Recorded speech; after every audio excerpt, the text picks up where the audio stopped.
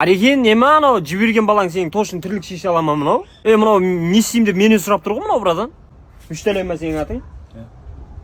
Мына киіп алған шлепкісіне дейін не сүресің ғой? Садиктен қашқан ба братан, не ағасың? Не болды, біраші келе ма аналар? Келек та брат. Не бір өзің келмегенсің, қасыңда досың деп келіпсің ғой. Досым емес, мен братаным ғой. Жас көрінесің ғой сен, не үшін? Бәрі мені сұрайды, қалай жас көрінесің деп.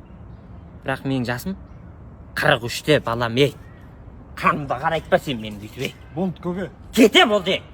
Болды көке. Құр дедім ғой мен саған, құр болды. Өйстіп құтылмасаң болмайды, Короче, тура осылай кигізем ғой. Осылай. И анау замедленно кетіп бара тұр ғой.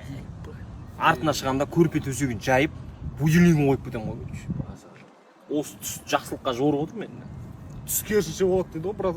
Оны да ойлап, ручка парағымды алып шықтым ғой. Сразу жазып жібересің ғой. Бірдеңе болса. Базар. Ручка парақ жоқ.